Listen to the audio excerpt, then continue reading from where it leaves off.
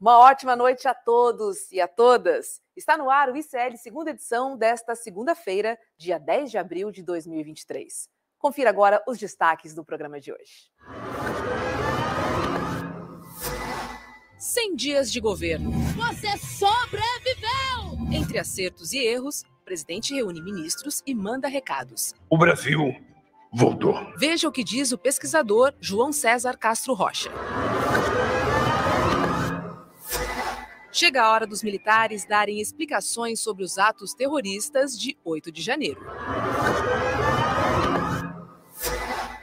Lula de malas prontas para viagem à China. Confira na análise do economista André Roncalha. E mais, o mercado financeiro com Débora Maganha e tem ainda a opinião de Chico Sá, Guga Noblar e César Callejon sobre os principais temas do dia.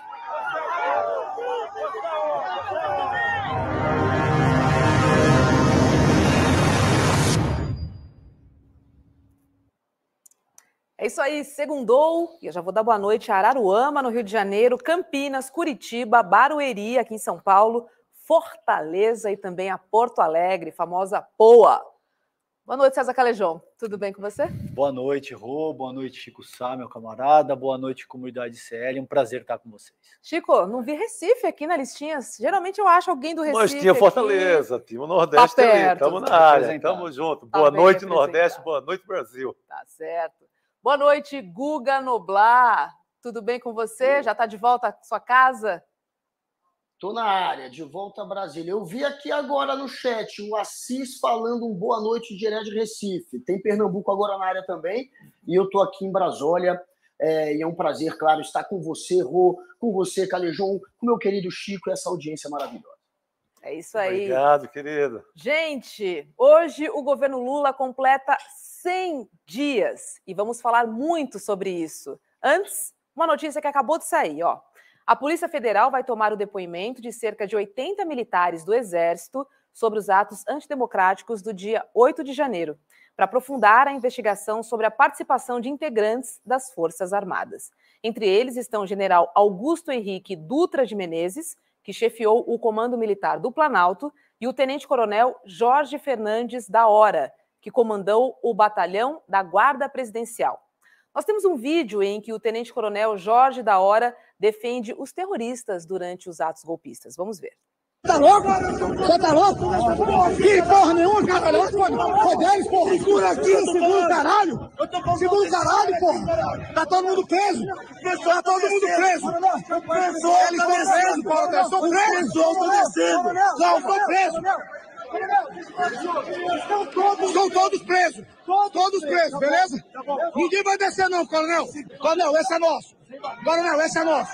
Pode prender. Cara, vou começar com você, Guga. Eu tenho a sensação que estamos caminhando rumo à alta patente das Forças Armadas, não? Peixe grande, colhendo depoimentos. Olha, são 80 depoimentos, é muita gente. Eles realmente vão investigar para valer a participação, a atuação que a gente sabe que teve de militares golpistas na tentativa de tomada aí de Brasília no dia 8.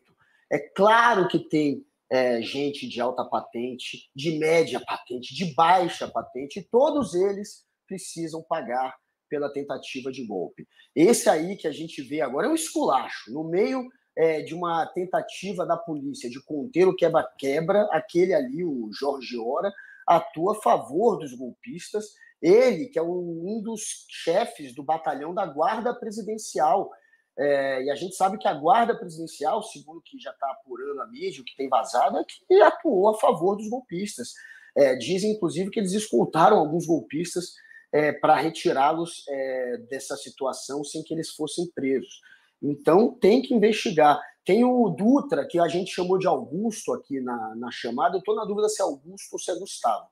Mas também é o chefe do Comando Militar do Planalto, que é outro que tem, esse sim, alta patente, um general. Então, estão chegando nos de alta patente e a gente sabe que tem alguns que estão do lado do Bolsonaro. Tem uma turma de alta patente que está ao lado do Bolsonaro que conspirou e que precisa pagar também. São 80, né? A gente não sabe todos os nomes ainda, mas é um número significativo e já é fruto da decisão do Xandão, do Alexandre de Moraes, que mandou a Justiça Civil investigar e julgar esse caso.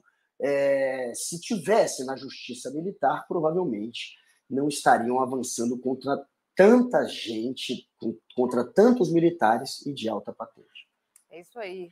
General Gustavo Henrique Dutra de Menezes. Chico Sá, vamos chegar no peixe grande? Será? Eu sempre coloco essa pergunta porque eu sempre fico com a pulga atrás da orelha. Deve ser uma pergunta histórica do Brasil, né? Eu acho que desde ali do começo da colonização que a gente faz essa pergunta. Passar o golpe da República, aí avança para Getúlio, pula para 64, pula para o golpe de 2016, pula para agora, para a tentativa de golpe de 8 de janeiro, e a gente sempre fica com essa pergunta. Sua pergunta é historicamente muito correta, porque será que vai chegar nos generais? Mas me animou, essa lista agora me animou. Né?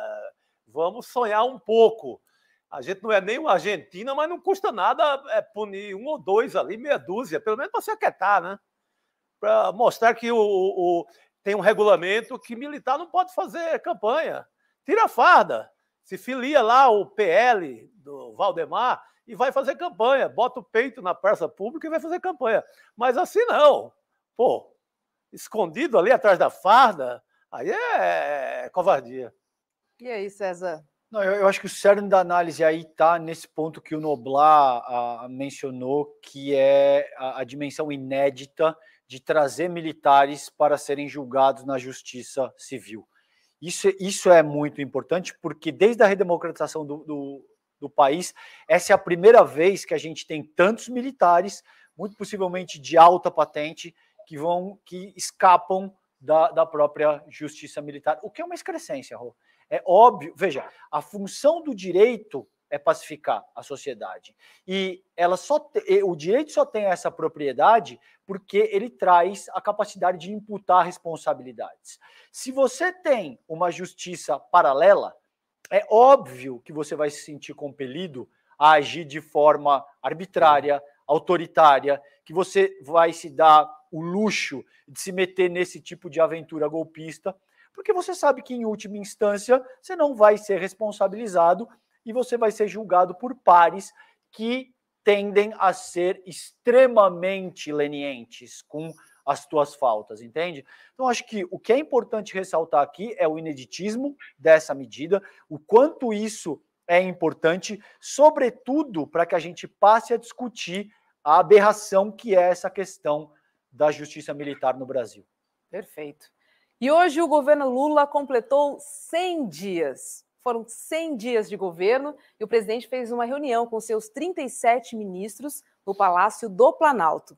Em seu discurso de abertura, ele também fez um balanço da sua gestão até agora.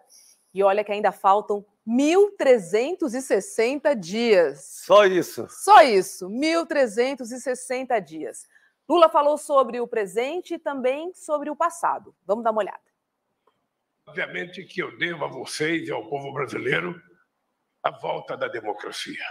Nós sabemos as ofensas que a democracia sofreu, nós sabemos as ofensas que as mulheres sofreram, que os negros sofreram, que os democratas sofreram, que a Suprema Corte sofreu, que o Poder Judiciário sofreu. Nós sabemos as ofensas que os governadores sofreram. Acho que nunca antes na história do Brasil um presidente da República tinha tratado os entes federados com tanto de respeito como foram tratados governadores e como foram tratados prefeitos nesse país e como foram tratados deputados. E César, estes 100 dias foram marcados pelo fortalecimento, né, da democracia.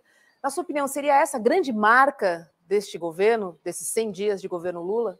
Para mim, seguramente sim, Rô. A principal característica desse governo é que ele representa uma antítese perfeita do que foi o bolsonarismo, que era um governo federal de cariz neofascista, que agrediu todas essas pessoas, por exemplo, e esses grupos que o Lula muito bem salienta nessa ocasião. Mulheres foram agredidas, negros foram agredidos, comunidades indígenas e os povos originários da terra foram agredidos, e, em última instância, essas pessoas representam a maioria do próprio povo brasileiro. Então, você teve a maior parte do povo brasileiro atacado, reduzido, sendo agredido de todas as formas pelo bolsonarismo. A principal marca desses 90 dias é que o governo Lula tem uma série de coisas que eu poderia comentar como sendo extremamente benéficas para a vida sociopolítica do país, mas a principal marca é que a gente deixa essa dimensão neofascista para trás e começa um processo de reconstrução e reunião nacional. Agora, Guga, é um trabalhão, né? Você reconstruir um país praticamente quebrado, né? Pois é, ele está pegando um país que ficou praticamente abandonado. Eu não digo abandonado por 4 anos, porque teria sido melhor apenas o Bolsonaro ter abandonado o Brasil, ter deixado o governo acéfalo, mas não foi o que aconteceu. Ele passou 4 anos tentando desmontar aquilo que já existia. É pior do que abandonar, ele passou 4 anos sabotando o que a gente tinha de positivo. Inclusive, ele dizia isso, né? Que ele ia desmontar, que ele ia desfazer, que ele ia desconstruir. Ele falava isso, não estou criando. E ele fez, na prática. Ele atacou, ele desmontou os meios de se combater, por exemplo, o desmatamento, ele atacou os meios de se fiscalizar a invasão de terra indígena, ele passou a perseguir professor, criando linha de telefone para denunciar professor, ele atacou os médicos que estavam tentando seguir a ciência. Então foi um governo que sabotou a lógica, a razão, a civilidade, que desmontou os ministérios da educação, da saúde, aquilo que funcionava, o programa de vacinação. Ele atrasou tudo. O cara atrasou tudo. O Lula pegou isso. E ele está retomando, está reconstruindo aquilo que foi dinamitado pelo populismo, pela ignorância, pela incompetência e pelo fascismo de Jair Bolsonaro. Então é óbvio que o Lula pegou o Brasil num buraco. Todo mundo sabia que quando o Lula virasse presidente não tinha como ser pior do que foi. Pelo menos para o Lula, ele sabe que está saindo do que há de pior. Então ele vai entregar algo de positivo. Ele vai entregar algo que será melhor recebido. Ele tem que, claro, se preocupar com o crescimento, ele tem que, claro, se preocupar com direitos humanos, com saúde, com educação, e ele está fazendo esse trabalho. Ele está criando a meta fiscal, o arcabouço fiscal, sem cair num populismo econômico que possa trazer um endividamento e que possa ser, enfim, fruto de crítica e de embate com a classe média ou com o mercado. Ele está fazendo de um jeito que ele está conseguindo jogar e sem polarizar politicamente. E, enfim, ele tá levando o Brasil para um novo ambiente. A gente tinha um ambiente de ódio político e agora ele já tem um presidente que dialoga com todos os lados, que volta a ser recebido pelos líderes internacionais, que volta a fazer o Brasil ter uma imagem internacional positiva, né? Já se reuniu com 25 ao longo de 100 dias. Enfim, é muito difícil pegar o Brasil de onde ele pegou. E a gente tem, sim, dados positivos aí nesses 100 dias. O governo Lula tem, sim, dados positivos. Agora, Chico, ouvi muito, né, na cobertura da imprensa tradicional, da grande mídia, que o presidente Lula deve parar de olhar no retrovisor, né? E aí eu fico me perguntando, como é que você não olha o retrovisor se você não tem terreno para passar o seu carro? Né? Pelo amor de Deus, como é que você não vê? Olha no retrovisor da história, se as pessoas seguem sem casa, sem comida, fila do osso, não vejo nada demais em reciclar um ou outro programa de governo que deu muito certo. Claro. São programas que deram muito certo e que viraram promessa de campanha do PT. Seria enganar o eleitor votou sim, querendo o Bolsa Família vitaminado, o Bolsa Família que hoje tem, em média, paga em torno de R$700, sabe? Então, o povo queria Minha Casa Minha Vida, correndo. Pelo menos minhas primas, minhas tias todas querem Minha Casa Minha Vida. Mais médicos. de São Mateus a Santana do Cariri. Todo mundo Bolsa quer. do CNPq, mais médicos. Todo mundo quer mais médicos. Então, quando fala reciclagem no sentido de diminuir o programa, é sacanagem com o povão, com a massa de trabalhadores, com as classes populares do Brasil, que seguem precisando muito. Então, não vejo nada demais de se reciclar se o Brasil não resolveu. Pô, Tá certo. é o mínimo. E tem uma coisa assim, que eu acho que é um dado histórico, que é não permitir a extinção do povo Yanomami.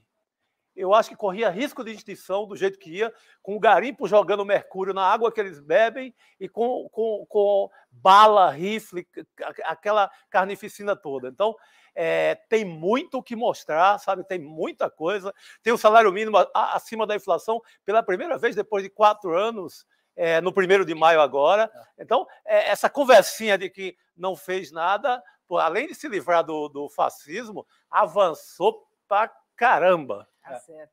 E um ponto E muito dos criticado- golpistas. Sim, bem golpistas. lembrado, Guga. Exatamente. Porque ele venceu um golpe. Isso é Sim.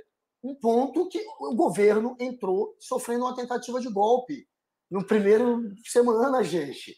Teve que lidar com golpista, com político golpista, está lidando, com militar golpista, teve que trocar o comando do exército, teve que construir pontes com os militares, que parecia para muita gente que não teria como ser construída. Então, é claro que avançou muito, né? E num momento muito delicado do país. Bom, e um ponto que é muito criticado no governo Lula é a sua comunicação. Hoje ele relançou um slogan que foi utilizado pelo ex-presidente Michel Temer em 2018. Bota aqui na tela o slogan para a gente ver. Olha só. O Brasil voltou para fazer mais por nossa gente. Esse é o slogan que ele relançou. Mas não parece estranho um governo relançar um slogan que já foi usado, principalmente quando a gente fala do governo Temer, né? Ele usou muito na campanha também esse mote, o Lula, né? Que o Brasil vai voltar e tal. Poderia evitar, é um slogan muito genérico, né? Podia usar algo mais forte. É uma coisa muito inspirada em torcida, que é o campeão voltou, o campeão voltou, é por aí. Mas poderia ter evitado ou fortalecido, né? O Brasil voltou para melhor, o Brasil voltou para reconstruir, podia ter dado um tapa ali. Mas o slogan, na verdade, do governo é reconstrução, união e reconstrução. Esse é o da campanha agora, em cima dos 100 dias. Né? Mas vamos combinar que a comunicação precisa ser melhorada, né? Não falando só do slogan, mas sim, não. pensando a aí... comunicação no geral, sim. Bateu muita cabeça. Teve ministro anunciando uma coisa, o presidente tendo que negar. Aí sim, aí eu acho que tem que treinar o time, tem que chamar ali e botar para ensaiar melhor. E o próprio uso nas redes sociais também, né? As ferramentas que o governo tem à disposição, ele poderia fazer um bom uso, né? Para chegar nas pessoas de uma maneira como a comunicação é feita hoje em dia. Não adianta aquela comunicação tradicional que ela não funciona mais. Exato, e veja, até, por exemplo, em comunicação corporativa, você tem 2 grandes dimensões de comunicação. Você tem uma comunicação interna, que é aquela que você organiza os seus procedimentos internos e fala para o teu público interno, e você tem a comunicação externa, que é a forma como a empresa se apresenta para o mundo. Eu acho que o governo tem uma lição de casa forte para fazer nessas 2 searas. Na própria comunicação interna, passa por isso que o Chico colocou. Você precisa. O Lula vem tentando fazer isso, dizendo: não façam nenhum anúncio de forma precipitada, alinhem essas questões com o Rui Costa, com a Casa Civil, antes de tomar qualquer medida frente à população de forma mais ampla, antes de divulgar isso para a imprensa, o que quer que seja. Isso é absolutamente fundamental. Você não pode ter o Lupe anunciando a redução do consignado e o governo ter que voltar atrás depois. Você não pode ter o Márcio França anunciando o programa de passagem aérea a R$200 e depois o programa não está bem redondinho. Você não pode ter essas coisas, por exemplo, o Silveira te dando conta de que vamos revogar a PPI e depois ter a Petrobras dizendo que não sabe do assunto. Isso cria desgaste. Isso cria uma série de tensões que são absolutamente evitáveis. Isso é no que diz respeito à comunicação interna. No que diz respeito à comunicação externa, me parece esse logo que a gente viu, por exemplo, que é assim que começou a nossa pauta, esse que está aí, o Brasil voltou, não me parece ser um logo ruim, não me parece ser um mote ruim. Mas considerando que foi utilizado por um governo de caráter golpista, que é do Michel Temer, isso deveria ter sido evitado. Existe um sem número de outras possibilidades que podem ser exploradas, e união e reconstrução, por exemplo, me parece muito mais adequado. Então, essa seara da comunicação é, a meu ver, o tema mais sensível do governo federal até esse ponto. Guga, a próxima fala do Lula eu vou jogar para você, porque ele também elogiou o ministro da Fazenda, Fernando Haddad. Vamos ver. Aqui, Haddad, de vez em quando, eu sei que você ouve algumas críticas. Eu tenho que elogiar você e a equipe que trabalharam, porque certamente em se tratando de economia, em se tratando de política tributária, a gente nunca vai ter 100% de solidariedade. Eu, essa semana, fiz um artigo muito ruim contra você e eu pensei em responder e o meu conciliador aqui, o Padilha, achou que não valia a pena, sabe? Era melhor ficar quieto, porque a compreensão da sociedade sobre o que foi feito vale mais do que uma crítica de uma pessoa. Tenho certeza que vai ser aprovado e tenho certeza que a gente vai colher os frutos que foram plantados na nossa proposta. Tenho certeza. Continue. Embora eu continue achando que 13,75 é muito alta a taxa de juros, continuo achando que estão brincando com o país, brincando sobretudo com o povo pobre e sobretudo com os empresários que querem investir. Muita gente acha, presidente. Guga, na sua opinião, qual foi o recado político do presidente ao elogiar o ministro Fernando Haddad?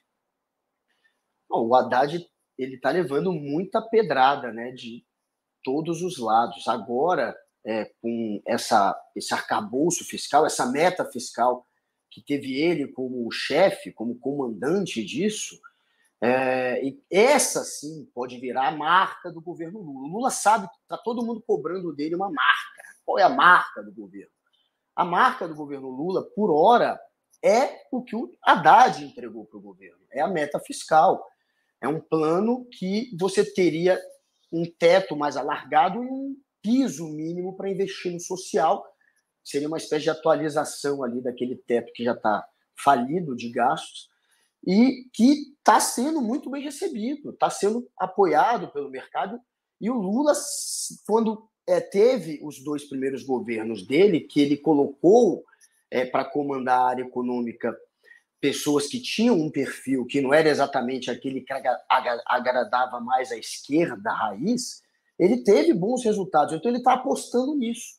O Lula está acreditando no arcabouço, está apostando no que o Haddad entregou e sabe que esse pode ser a grande marca, né? Que estão perguntando qual é a marca. Essa pode virar a marca do governo, essa meta fiscal.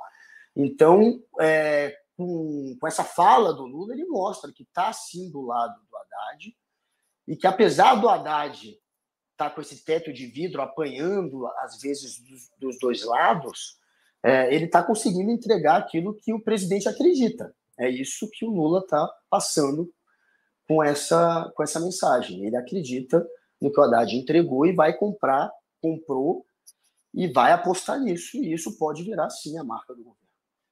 Bom, daqui a pouco a gente vai conversar com o André Roncalha muito mais, né, sobre economia. Vamos dar um mergulho aí nessa fala do Lula sobre economia. Então fica aí, segura aí, porque agora é hora de conversar com outro convidado, que é o João César Castro Rocha, professor e pesquisador.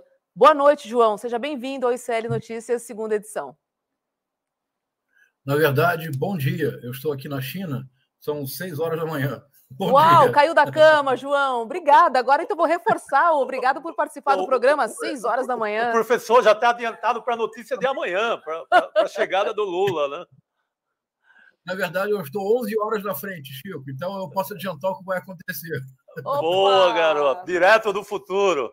E, aliás, não é literal. A China é o futuro mesmo, de certa forma, né, professor? É verdade, é. Vamos começar a nossa aula de mandarim, né? E no seu discurso de hoje, na reunião ministerial, o presidente Lula falou dos seus 100 dias de governo, mas também do que será o futuro, já que estamos falando da China. Vamos dar uma olhada. Eu vou me reunir muitas vezes com vocês. Eu vou cobrar muitas vezes de vocês, porque eu quero que vocês façam parte da geração que participaram do governo e resolveu o problema desse país. Esse povo está desanimado. Então, além de governar do ponto de vista de infraestrutura, nós temos que governar do ponto de vista psicológico. Nós precisamos tirar o ódio da cabeça das pessoas. As pessoas precisam voltar a crer que ser bom é melhor do que ser ruim, que não ser violento é muito bom para a relação humana, ser solidário, ser afável, ser respeitoso, não aceitar ofensas baratas como a gente vê todo santo dia, em todos os lugares. Então, o nosso compromisso não é só fazer estrada, porto, aeroporto, fazer faculdade, fazer escola, não, é isso também. Mas percebe que nós temos uma tarefa a mais, gente, é de trazer o país de volta à civilidade. João, é um prazer falar contigo, querido. Para as pessoas que não conhecem, o Castro Rocha é uma fina flor aí entre os nossos intelectuais. Ele tem um trabalho muito forte sobre a guerra cultural, e eu acho que isso vai muito ao encontro do que o Lula está propondo, né, nesse trecho que a gente ouviu agora, né, João? Como é que você entende a importância daquilo que ele transmite nessa fala sob o prisma daquilo que você preconiza no teu trabalho? Obrigado, César.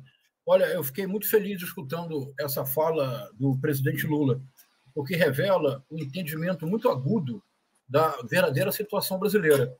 O que realmente... O pior legado do Bolsonaro, e veja que não é fácil determinar qual o pior legado, porque nós temos o primeiro-ministro Arthur Lira, um orçamento impossível, que era o orçamento que ele deixou para 2023, uma destruição completa das políticas públicas, uma destruição completa da máquina do Estado.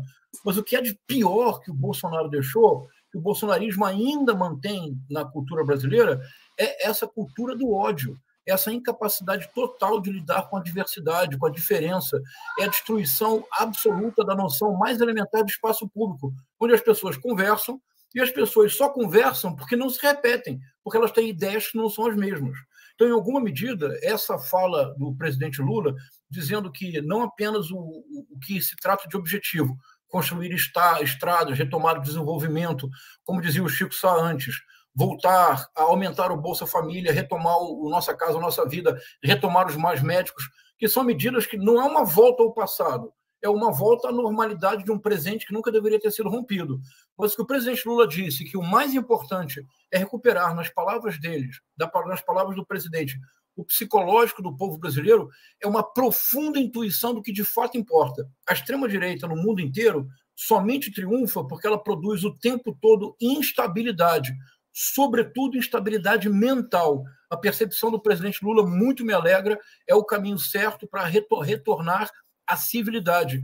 E, Roberta, depois de 4 anos de extrema-direita, depois de 4 anos de bolsonarismo, a possibilidade de dizer que nós retornamos à civilidade é de uma importância extraordinária. Talvez seja o maior legado dos primeiros 100 dias do governo Lula. Já vou passar aqui para os meus colegas. Só queria fazer uma pergunta muito direta, assim. Qual seria o remédio mais indicado para combater essa chaga, essa doença, professor? Olha, a médio e longo prazo, porque de imediato o conselho que o Lula recebeu é absolutamente correto. Esquecer a figura daquele ex-juiz, não vou nem dizer o nome, esquecer aquele ex-juiz, que é de uma mediocridade exemplar, ele só tem holofote se for relacionado ao presidente Lula. Esquecer o seu nome, esquecer que ele existe. Em relação ao Bolsonaro, não mais mencionar sequer o nome de Jair Messias Bolsonaro, mencionar sempre a destruição que foi causada, porque é muito importante que a população brasileira compreenda que em 1 de janeiro de 2023, o que o governo da Frente Ampla assumiu como tarefa é nada menos do que reconstruir o país inteiro. É uma tarefa muito mais difícil do que 2003, de imediato. Ou seja, não fomentar o ódio, concentrar-se em tudo que é positivo, a médio e longo prazo, o que o governo Lula já está fazendo, que é resgatar as políticas de cultura, de ciência e de tecnologia. É muito importante, não é pouca coisa, Roberta. Nos primeiros 100 dias, o governo reajustou o valor das bolsas do CNPq e da CAPES, aumentou o número de bolsas do CNPq. Recordemos, bem rapidamente, Roberta, que no primeiro ano do governo Bolsonaro aconteceu uma aberração neste país. Houve uma bolsa muito importante do CNPq, que se chama Iniciação Científica, que é uma bolsa que forma futuros pesquisadores e futuros professores universitários.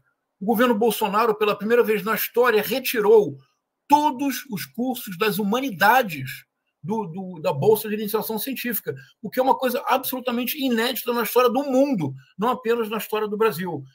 O governo Lula, nesse sentido, o Ministério da Cultura foi retomado. A ministra Margarete Menezes conta com uma dotação orçamentária que é recorde. Há 2 dias atrás foi lançado o prêmio Carolina Maria de Jesus para autoras mulheres. Então, há um conjunto de medidas nesses primeiros 100 dias que são medidas que podem ter um efeito muito importante a médio e longo prazo. Porque é uma coisa importante. Nós só vamos derrotar a extrema-direita se nós compreendermos que nós não derrotaremos a extrema-direita apenas no campo da política. Para derrotar a extrema-direita, nós precisamos investir no espaço mais generoso da polis, de um sonho de Brasil. É somente recolocando no coração das pessoas uma utopia de que o Brasil é possível, é que nós derrotamos o legado do Bolsonaro. Excelente, professor Chico Sá. Professor, eu vou aproveitar que você está na China, aí, no lugar da visita do Lula, e óbvio que a sua missão aí é universitária, você está em estudos acadêmicos. Para quem não sabe, o professor falar qualquer coisa da obra do Machado de Assis, ele é quem mais sabe no Brasil, ou um dos mais, é um grande crítico de cultura. Então, ele tem uma dimensão que vai da política às artes machadianas. Mas eu queria saber qual a expectativa da visita e o que você nota que seja possível da cooperação, além da venda de produtos, carne, materiais no geral. O que você acha que Brasil e China podem avançar, não só naquele varejão antigo, mas de exemplo para o mundo e dentro dessa nova configuração que parece que a gente vai ver de uma maneira mais séria agora do BRICS, tendo do outro lado os Estados Unidos, professor? Obrigado, Chico. Essa pergunta é tão importante, porque precisamente eu estou passando aqui agora 30 dias na Universidade Normal de Hunan e voltarei em agosto e setembro para mais 30 dias. A Universidade Normal de Hunan acabou de criar um departamento de português, tem 1 ano e já tem 21 alunos. O interesse na China, pela América Latina como um todo e pelo Brasil em particular, é um interesse muito grande. As possibilidades de investimento são notáveis, mas mais do que isso, Chico, acho que você tocou num ponto central. Há mais ou menos uma semana houve um anúncio muito importante do ponto de vista não apenas econômico, mas simbólico, de que o Brasil e a China cogitam de estabelecer relações comerciais sem utilizar o dólar. Isso é tão importante, Chico, do ponto de vista cultural, porque do ponto de vista cultural, nós estamos sempre, de uma forma ou de outra, direcionados para olhar apenas para os Estados Unidos e para uma pequena porção da Europa, ali o centro da Europa. Nós esquecemos que no mundo há várias possibilidades de construir relações culturais alternativas. Uma relação cultural entre Brasil e China, entre Brasil e o restante da América Hispânica, é algo tão importante, boa parte da minha carreira eu tenho me dedicado a estabelecer essas pontes alternativas. Por exemplo, nós vamos publicar agora no Brasil, na UERJ, uma coleção de 17 ensaios apresentando para o público brasileiro a crítica literária para os chinesa contemporâneas, todos autores vivos. Isso nunca foi feito, Chico. Nós estamos tentando agora fazer o mesmo na China. Por que nós não produzimos um livro ou uma coleção de livros para apresentar a cultura brasileira para a China? Isto é...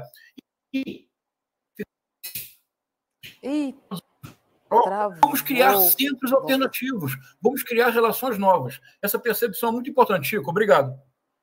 Guga Noblar. Professor João Castro, um prazer falar contigo novamente. Muito tempo que a gente não se fala. Aproveitando que você está aqui hoje, e você é um especialista em guerra cultural, com o Olavo de Carvalho a 7 palmos e com o Jair Bolsonaro a caminho de se tornar inelegível, e sem uma pessoa incompetente e militante como um Mário Frias ali no comando do Ministério da Cultura, como é que vai se dar essa guerra pelo lado da extrema-direita? Quais são as armas que restam para eles continuarem travando essa guerra? Obrigado, Guga. Essa questão é central também. A extrema-direita não vai parar. Ela não para no mundo inteiro. Veja o caso dos Estados Unidos. O Trump perdeu a eleição em 2020, tentou o golpe no dia 6 de janeiro e não ficou um dia sequer sem manter o mesmo padrão da guerra cultural. Agora, tem uma coisa bem importante, Guga, que eu tenho pensado muito. Veja, a extrema-direita avançou no mundo inteiro, o fenômeno não é brasileiro, porque a extrema-direita despolitizou a polis, trazendo para a política a lógica das redes sociais. Isto é, um altíssimo nível de engajamento. A militância da extrema-direita, nesse sentido, é exemplar, porque eles fazem militância 24 horas por dia, 7 dias por semana. A militância para a extrema-direita não é uma opção política, virou uma forma de vida.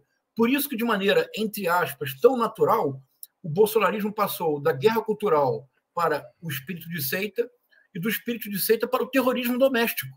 Porque uma vez que você tem esse espírito de seita, uma vez que você está engajado na política 24 horas por dia, 7 dias por semana, não há sequer a possibilidade mental para uma derrota. Você apenas pode vencer e vencer o tempo todo. Então, a extrema-direita, Guga, não vai parar e continuará usando a mesma estratégia. Qual é a estratégia? Proponho. A extrema-direita vence quando ela despolitiza a polis, trazendo para a política o alto nível de engajamento das redes sociais. Porque as redes sociais, nós todos sabemos, ela possui esse alto nível de engajamento que só se mantém porque é polarizador e radicalizador. É preciso o tempo todo inventar inimigos, é preciso o tempo todo anunciar o desastre, é preciso o tempo todo viver próximo ao apocalipse. Como é que se derrota isso? No plano da guerra cultural, é, na medida do possível, ignorar o que fazem. Simplesmente não permitir que as suas loucuras passem da bolha. Exemplo concreto, o deputado Peluqueiro. Durante uma semana, ele concentrou as atenções do país. Nós paramos de falar nele, ele desaparece. Tá, primeiro ponto. Segundo ponto, para derrotar a guerra cultural mesmo, é indispensável que se compreenda algo. Governo governa. É tão simples quanto isso. Governo governa quer dizer o seguinte, e isso foi um pequeno erro de comunicação do governo Lula, que eu acho que agora está sendo corrigido, e o César Calejão, a Roberta e o Chico só se referiram a esse erro. Não responder. Governo não responde a atitudes tresloucadas da oposição. Ponto. A extrema-direita, no parlamento brasileiro, ela é muito vocal. Ela causa muito curto-circuito, ela causa muito ruído. Mas, do ponto de vista prático, do ponto de vista da ação legislativa, governar com esta extrema-direita no parlamento é um sonho. Eu explico. É um sonho porque eles não fazem obstrução, que é um recurso legítimo. É um sonho porque eles não apresentam emendas que são realmente significativas. Todas as propostas da extrema-direita são puramente propostas de TikToker. É proposta para vamos colocar um guarda na frente de cada escola, vamos armar os professores. É puro ruído de rede social. Mas governo governa. O que eu quero dizer com isso? A verdadeira resposta para a extrema-direita em qualquer lugar do mundo é aferrar-se aos dados objetivos da realidade. O Bolsa Família hoje se aproxima de R$700. O UOL publicou, há uma semana atrás, uma matéria que a SECOM deveria ter divulgado e mais. A SECOM deveria preparar pequenos filmes com essas histórias. Foi a história de uma senhora que a base da história era dizer o seguinte, como ela recebe agora R$1.200 do Bolsa Família, porque ela recebe o Bolsa Família, ela é mãe solteira de 3 filhos, então ela recebe 2 vezes. Ela recebe R$1.200 de Bolsa Família, que no jantar e no almoço, ela, pela primeira vez em muitos anos, ela pode escolher entre 2 proteínas. Ela pode ter ovo, ou ela pode ter peixe, ou ela pode ter os 2. Percebe, Guga? A guerra cultural não mata a fome de ninguém. Agora, você colocar no prato da pessoa todos os dias, um pedaço de carne, a possibilidade de um peixe, ovos, você aumentar o número de médicos no país como um todo, você voltar a ter um programa de moradia, você ter um programa, fortalecer o SUS. Essas são as verdadeiras políticas de combate à guerra cultural. A guerra cultural tem em si mesmo uma armadilha, que é o seguinte: os políticos ligados à guerra cultural, eles não são líderes. Isso é bem importante, Guga, que eu demorei a compreender. Um político que tem como base a guerra cultural, ele não é um líder. Ele é liderado pelo ódio que cria. Uau. Porque se ele volta muito bom. 1 milímetro... Forte. Não é isso, Chico? Muito bom. Ele não é um líder. Líder é o presidente Lula. Porque o presidente Lula diz: nós precisamos diminuir a taxa de juros. E a sociedade hoje concorda com o presidente Lula. Isso é um líder, porque ele está contrariando interesses poderosos. Mas o Bolsonaro nunca foi um líder, porque ele era liderado pelo ódio que ele cria. É uma armadilha. Nós não podemos nunca cair nesta armadilha. Nós queremos reconstruir o país, nós temos como base um amor profundo ao povo brasileiro, um amor profundo à ideia de um Brasil que nós vamos construir. Nós temos que governar, temos, sobretudo, que encontrar uma forma de comunicar ao povo brasileiro tudo que está sendo feito de bom. Por exemplo, essa história que me comoveu muito, uma mulher que a vida dela muda porque ela pode oferecer para os filhos 2 proteínas. Guga, isso é Brasil. Então, por exemplo, a SECOM poderia fazer pequenos filmes de 2 a 3 minutos com essas histórias. Imagina a emoção de uma pessoa que, depois de anos do programa ter sido descontinuado, recebe uma casa.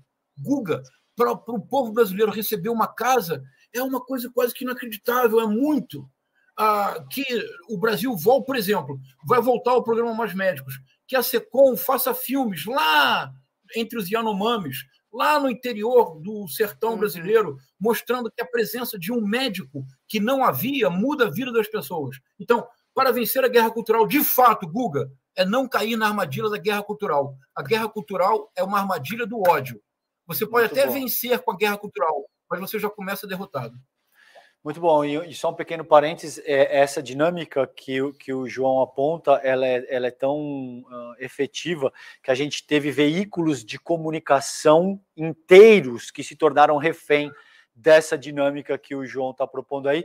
Só queria dizer, eu aproveitar aqui a audiência, um pequeno parênteses, o Castro Rocha me convidou para participar de um livro que ele organizou, que é o Tudo por um Triz, entre a civilização e a barbárie, então eu recomendo que as pessoas pesquisem, e em 10 segundinhos, porque a gente está encerrando aqui, João, você está lançando um livro novo também, né? Qual é o nome do livro que você está lançando agora? Obrigado, César, obrigado. Pela Editora Autêntica, o livro se chama Bolsonarismo, da Guerra Cultural ao Terrorismo Doméstico. O que eu procuro tentar mostrar é que nós não podemos cristalizar a imagem do bolsonarismo apenas como guerra cultural. Houve uma mudança muito importante no bolsonarismo com o princípio da pandemia, que foi a transformação da guerra cultural de disputa narrativa em forma de vida, o que já era o princípio da seita. E com a derrota eleitoral, o último umbral, o último portal foi ultrapassado. E o bolsonarismo se tornou terrorismo doméstico. E, mais importante, terrorismo de Estado. Muito o que bom. A Polícia Rodoviária Federal fez, macomunado com o Ministério da Justiça, no dia 30 de outubro, nós temos que ter coragem de dizer com todas as palavras, foi um ato de terrorismo de Estado. Todos têm que ser investigados. Tá certo. Perfeito. João, você quer fazer? Não, eu queria só citar o nome da Márcia Maria da Silva, 31 anos, essa dona de casa, que o professor nos trouxe como personagem que mudou a vida já com esse Bolsa Família de janeiro para cá. Muito importante. Uma matéria do Carlos Madeiro no UOL. Essa sua proposta de humanizar as ações, né, do governo, acho que ela é extremamente importante. Claro. E é algo muito utilizado no jornalismo. Dá né? nome, Você busca dá um personagem... nome. Tem gente por trás daquele número, né? Exatamente. Bota para falar. Traz para a roda, né? Exatamente. Fica muito mais próximo da sociedade. Muito bom. João, muito obrigada, viu, por participar aqui do Série Segunda Edição. Um bom dia para você aí na China. E os próximos dias prometem, hein? Brasileiros na área, vai estar agitado por aí. Obrigado. O dia agora começa aqui na China. Um prazer falar com vocês. Muito obrigado. Um abraço. Tchau. Tchau, querido. Um abraço. Valeu, João. Bom, hoje o presidente Lula, em seu discurso de 100 dias, falou muito de economia. e da necessidade de investimentos públicos. Vamos ver, e na volta tem André Roncalha conversando com a gente.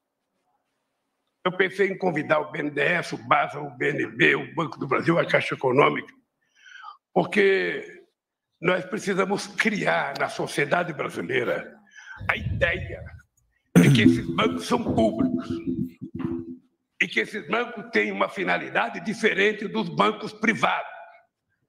A gente não quer que esses bancos percam dinheiro. A gente não quer que esses bancos sejam deficitários. Mas esses bancos não podem emprestar dinheiro às mesmas custas dos bancos particulares. Nós já tivemos boas experiências, extraordinárias experiências com esses bancos. O BNDES já teve muito mais dinheiro do que tem agora, porque todo o dinheiro que o BNDES tinha foi devolvido para o Tesouro. Tesouro mão de vaca, pô, só quer receber dinheiro. O que eu quero é que os bancos entendam o seguinte, ó, dinheiro bom não é dinheiro guardado em cofre. Dinheiro bom é dinheiro gerando obra, gerando desenvolvimento, gerando emprego. É isso que é um dinheiro importante para o país. Obviamente, com a responsabilidade que nós temos que ter, porque também a gente não pode gastar de forma desenfreada e desorientada. Importante recado.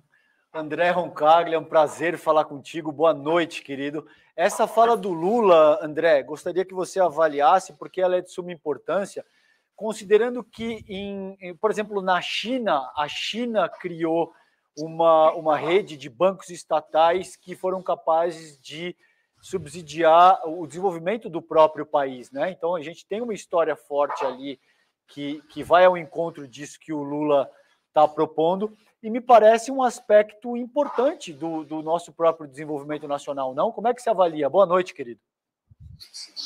Bom, boa noite, pessoal. Boa noite a todo mundo que nos acompanha aqui. Como sempre, um prazer estar aqui com vocês. Bom, certamente, Calejão, não apenas a China, como vários países da Europa e os próprios Estados Unidos utilizam uma série de subsídios, uma série de incentivos para desenvolver sua indústria, desenvolver atividade econômica, desde o micro, pequeno empreendedor até as grandes empresas, né, que muitas vezes são chamadas de campeãs nacionais de maneira pejorativa aqui no Brasil, mas certamente não são de maneira pejorativa lá no hemisfério norte, que usam isso, né, os países usam isso de maneira bastante explícita. Então, acho que a fala do Lula, novamente, são 100 dias de governo, a gente está celebrando a renovação do civismo, né, a reconstrução da capacidade do Estado de atuar de maneira equilibrada, de atuar de maneira democrática na nossa sociedade, não olhando apenas para quem está no topo da distribuição, para quem está lá no condado da Faria Lima, mas olhando para quem está na base da distribuição. E é um governo que já deixa muito nítido qual vai ser o objetivo da sua atuação.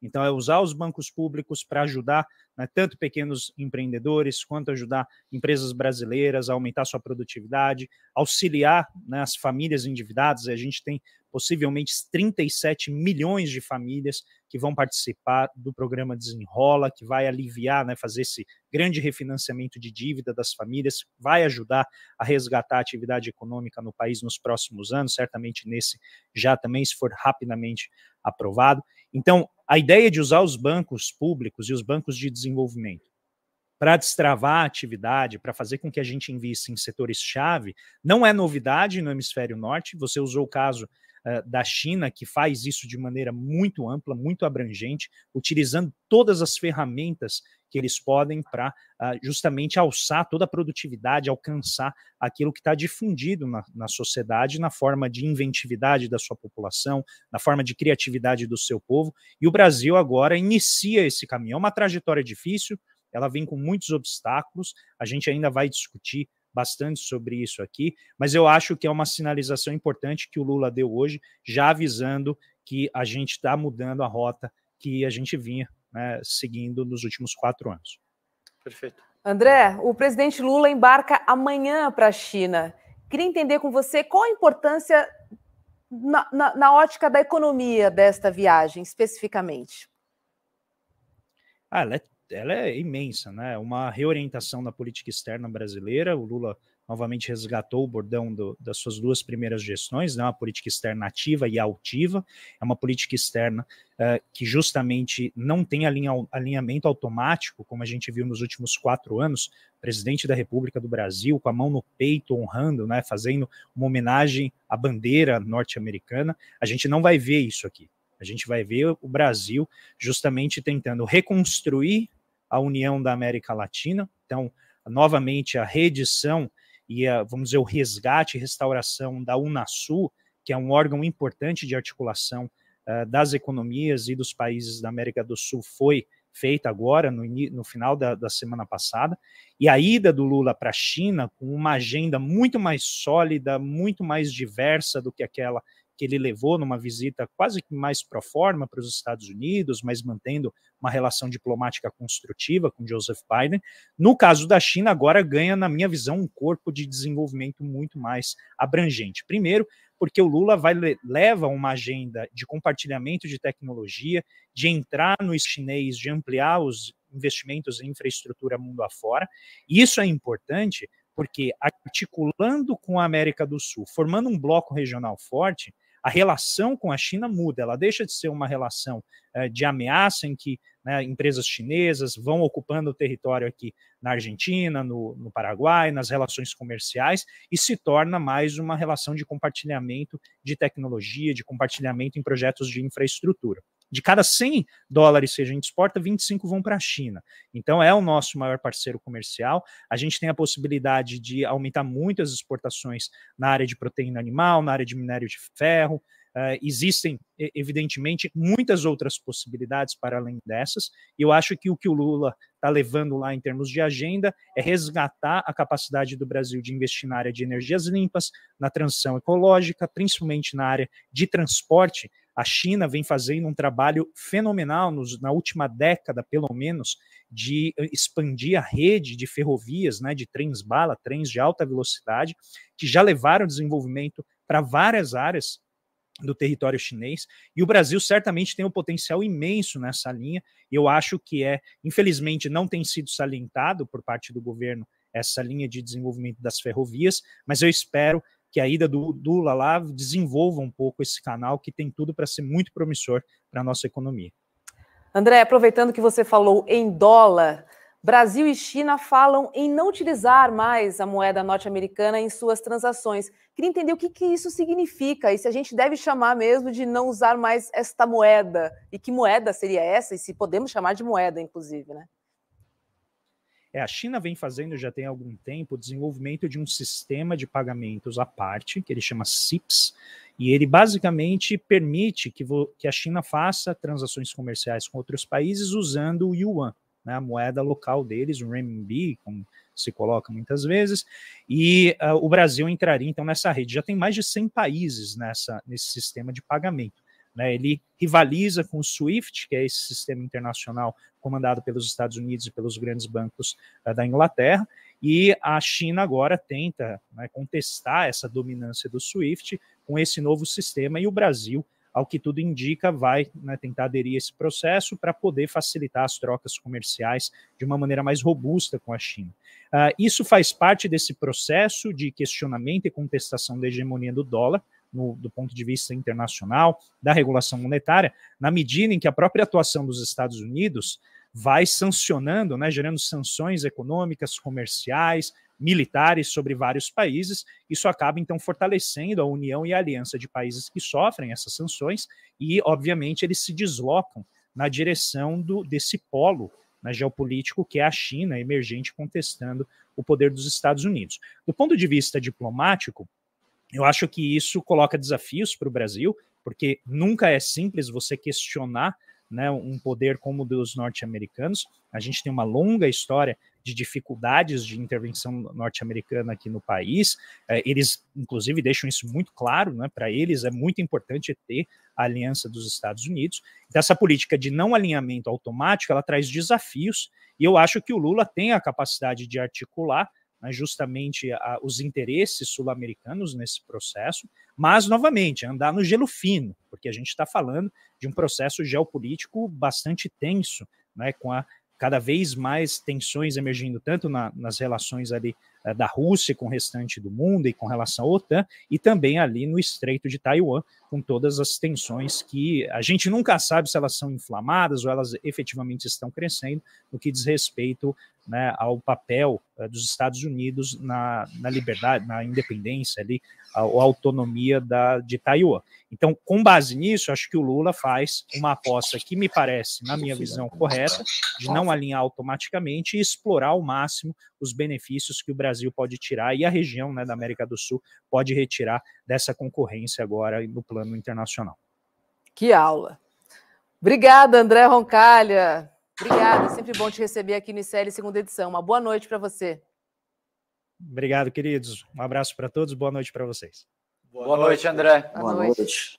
Está todo mundo na maior expectativa, né, dessa viagem e do que ela vai gerar. Falou em né? ferrovia, os governadores do Nordeste, que já alguns foram naquela primeira ida, quando o Lula acabou não indo, tem muita... Quem entende de ferrovia no Nordeste está muito animado com o investimento chinês nesse campo, de ter bons trens. É uma vergonha o Brasil, né? Viver só com pneu de ônibus e avião. Pô, cadê os trens? Nem transporte marítimo, nada, né? Assim, pô. Poderíamos, verdade, aproveitar bastante. Vai lá, Guga, respirou para falar? Ou posso mandar o meu destaque? Pode mandar só um detalhe. E a velocidade com que eles remarcaram, né, essa viagem, porque ficou essa dúvida. Será que agora o Lula vai ser recebido pelo governo chinês em breve, ou será que vai demorar? Se demorasse, o tempo, né, que fosse demorar isso é mais ou menos o tamanho do prestígio do Lula. E como foi muito rápido que eles reorganizaram essa viagem, isso foi mais um sinal do prestígio dele junto ao governo chinês. Era só esse detalhe. Bem lembrado. Bom, eu vou trazer hoje no destaque 2 casos de racismo que aconteceram na sexta-feira, e ambos envolvendo a rede de supermercados Carrefour. O primeiro aconteceu com a professora Isabel Oliveira, que foi ao supermercado comprar fórmula, né, leite para sua filha no supermercado, e começou a ser perseguida por um segurança. Eu, como uma mulher preta, posso dizer que isso já aconteceu comigo várias vezes. Isso é muito frequente, é muito comum. E é um constrangimento de verdade, assim, você entrar no supermercado e você olhar, ter pessoas te seguindo, pessoas te vigiando, pessoas mandando mensagem para o rádio, via HT, enfim, para quem quer que seja. E aí a professora, num ato de repúdio mesmo, eu acho que foi a maneira que ela conseguiu se expressar, porque isso dói demais, ela saiu do supermercado e depois entrou, escreveu, eu sou uma ameaça no seu corpo, e entrou de novo no supermercado e ficou de calcinha e sutiã, né, para mostrar que ela não estava levando nada, né, ela só realmente queria levar o leite para o seu filho, comprar o leite para o seu filho. Assim, muito me dói, assim, porque, enfim, é uma situação que tem acontecido com muita frequência, principalmente quando a gente fala dessa rede de supermercados, assim, e nada foi feito, né? É espancamento, é caso de racismo, demitem a pessoa, aí mandam aquela notinha fria e burocrática, mas nada é feito, nada é feito. E na mesma rede Carrefour, né, foi acusada pelo marido da bicampeã olímpica, Fabiana Claudino, também de racismo em Alphaville. Ele tentou ir num caixa, a caixa falou, não, aqui você não pode passar porque é um caixa preferencial. Ele, muito bem, foi para outra fila. Quando ele virou, tinha uma pessoa branca sendo atendida naquele caixa preferencial que estava vazio. Juro, dói demais, gente, dói demais. Pelo amor de Deus. Não tem... Assim, eu entendi que a reação dela, assim, eu fico feliz que ela tenha conseguido se expressar de alguma forma, sabe? Claro. Porque geralmente a gente engole. Sim. É muito ruim. Calejão, vai lá, você. Bom, o meu, só acrescentando a essa tua pauta, que isso precisa mexer no bolso dessas grandes redes, porque é a única linguagem e a única lógica que eles conhecem.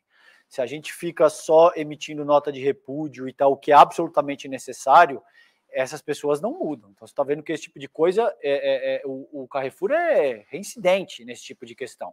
Se eles começam a pagar 10, 15 milhões de reais por cada vez que isso acontece, você pode ter certeza que eles vão tomar as medidas adequadas para que esse tipo de coisa não seja superado. Então, fica aí o meu apelo.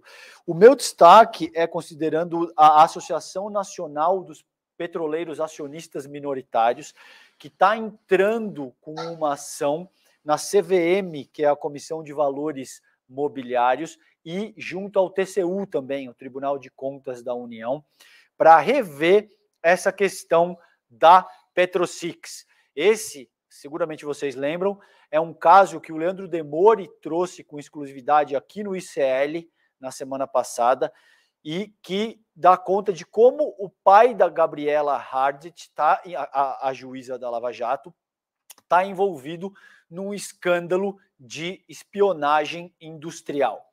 Então, de forma muito resumida, a PetroSix inventou uma tecnologia para lidar com o xisto, gás xisto, e isso foi aí comercializado com Forbes Manhattan, um banco canadense, e ao que tudo indica, a própria empresa foi subtraída dessa tecnologia. Agora, o que está em jogo aqui não é só uma empresa.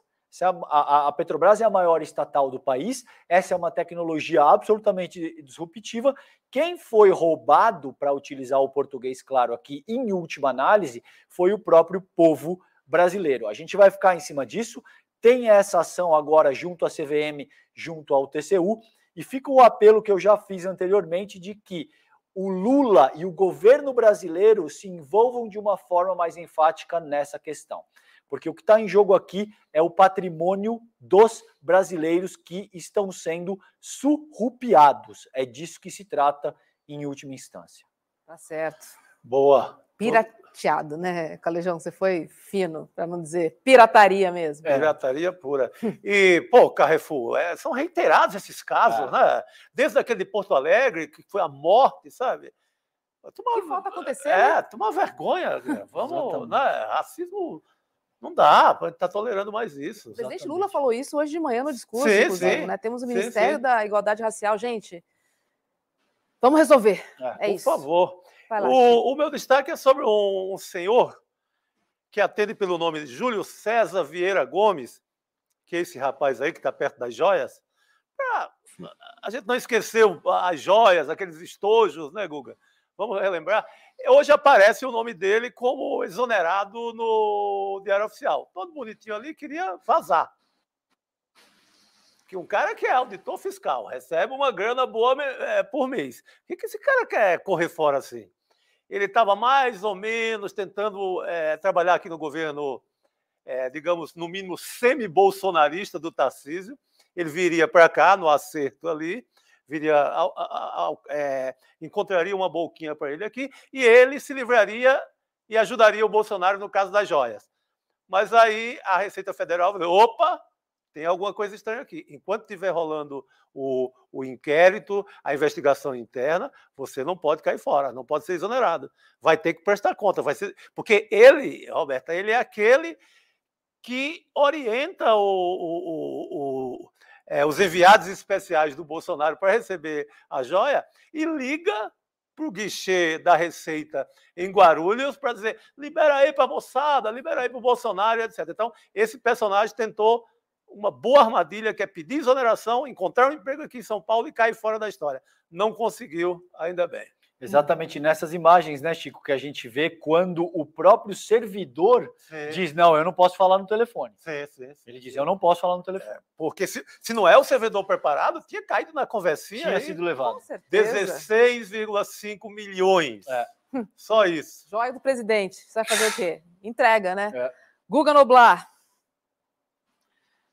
Incrível, né? Essa história aí do Júlio César, você vê que eles estão tentando armar uma boquinha, né? Para ver se ele fica ali e o Tarcísio fazendo esse papelão. Mas, enfim, e também sobre o comentário da Rô, reforça a importância das cotas raciais, porque a imagem que muitos brasileiros associam quando vê alguém que é negro ou que pode, enfim, ser alguém que te coloca em perigo por algum motivo, ou é alguém que faz trabalho braçal, eles não conseguem colocar o negro numa posição de destaque no Brasil, e a cota racial veio, inclusive, para combater isso. Enfim, mas vamos lá para o meu destaque. Meu destaque é mais zoeira, é um pequeno destaque, é um destaque curto. Tragam aí. O Nando Mota fez essa charge maravilhosa, porque o dia tem que ser também de zoeira, né? 100 dias de governo.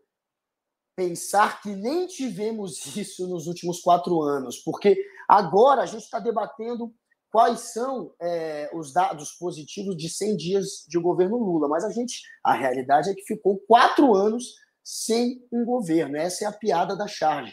A gente ficou 4 anos na mão de um cidadão que, por um grande momento do mandato dele, ele se comportou como uma espécie de rainha da Inglaterra, deixando o Centrão fazer o que quisesse. E quando ele fazia alguma coisa, era desmontar o país. Então, depois de 4 anos de fiasco bolsonarista, agora a gente tem 100 dias já para debater o que tem de positivo. E tem, sim, muita coisa positiva, como a gente falou. Sigam o Nando, @desenhosnando no Twitter, é um cara muito legal. E por falar em Twitter, para terminar, eu sei que a gente já está enchendo o saco, eu e o Calejão, pedindo voto aqui toda semana. Imagina, termina amanhã. Imagina.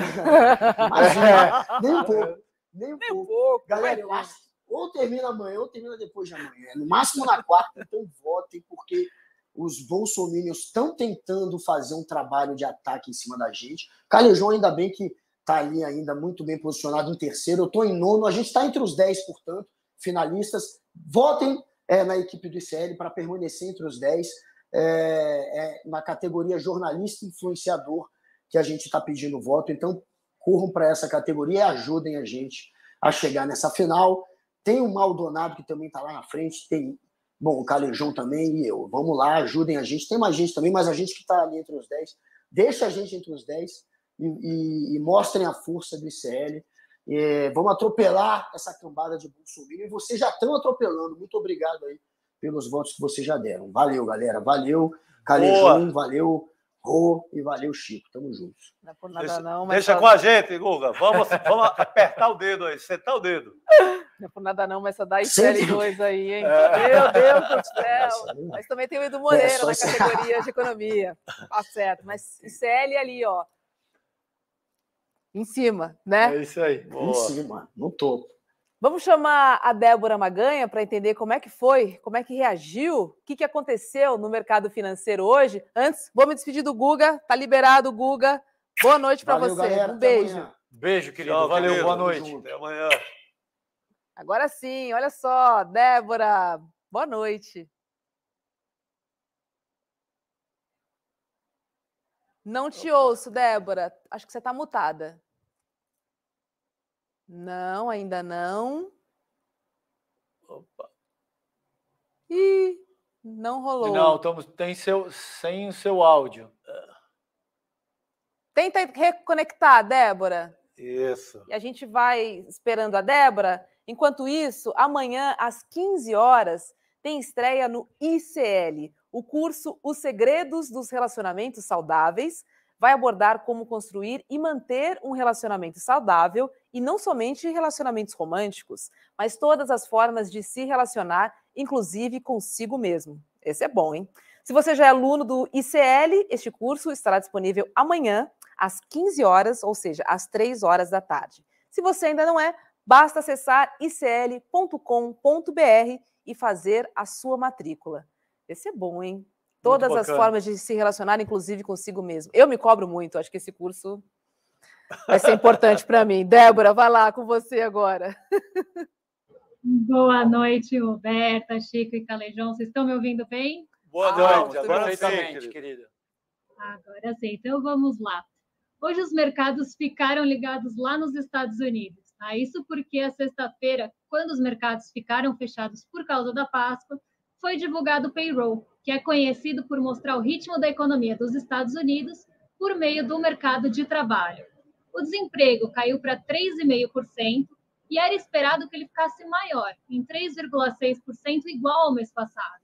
Esses dados, pessoal, apontaram que o mercado de trabalho ainda está consistente e que o país não deve ter uma trégua tão cedo no seu aperto monetário.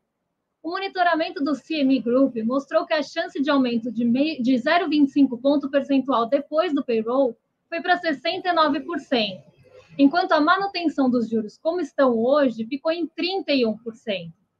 Essas expectativas por um aumento maior nos juros, né? Então, como vocês podem ver aí no gráfico, a parte em azul é o 69% do 0,25 ponto percentual, e a manutenção aí ficou em 31% nessa área em vermelho. Tá? Então, mudou bastante aí por conta justamente do payroll. Essas expectativas por um aumento dos juros fizeram com que a Nasdaq fechasse próxima a zero, com queda de 0,03%, e por aqui o dia foi de menos negociações e o mercado acabou mantendo no radar a divulgação do IPCA, né, que acontece na terça-feira, e da inflação ao consumidor dos Estados Unidos, que vai acontecer na quarta. O mercado ficou mais tímido, monitorando essas expectativas, e o dia foi de recuperação parcial das perdas registradas nos últimos dias. A Sabesp ficou entre as maiores perdas hoje, apesar de que aqui em São Paulo a gente tem um governador que gosta de ficar dando umas marretadas lá na B3. O Tarcísio afirmou, caso ocorra a privatização da companhia, isso não resultaria na venda da participação total do Estado, o que acabou desanimando aqueles investidores que estão de olho na empresa. Aqui vale aquele lembrete, pessoal, nem sempre o que o mercado vê como positivo é bom para a população, que inclusive tem sua maioria contra a venda da Sabesp. Deixar água e saneamento seguindo essa lógica de mercado, na busca de lucro a todo custo, prejudicaria muito a população, especialmente aquela de maior vulnerabilidade, mas favorece quem? O mercado, né, que colocaria suas mãos numa empresa lucrativa, de necessidade da população e que foi construída com o dinheiro de todos. Completo absurdo aqui, viu, Roberto?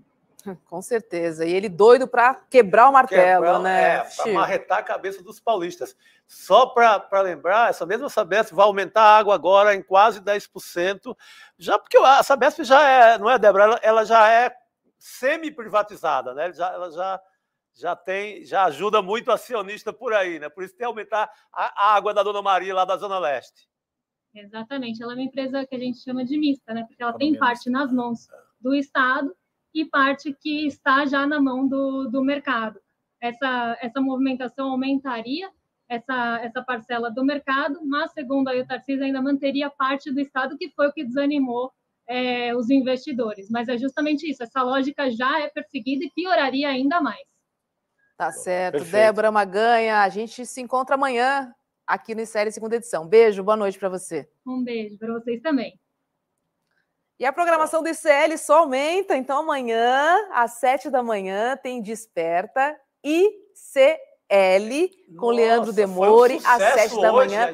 Hoje, Leandro arrasou na estreia, foi maravilhosa. Eu só estava dirigindo, só acompanhei, só fui ouvindo, mas, Leandro, começou com os dois pés. Merecido, Demore. Você é um craque, parabéns pela tua coragem, pela tua técnica. Você merece esse sucesso que você está tendo com o teu programa.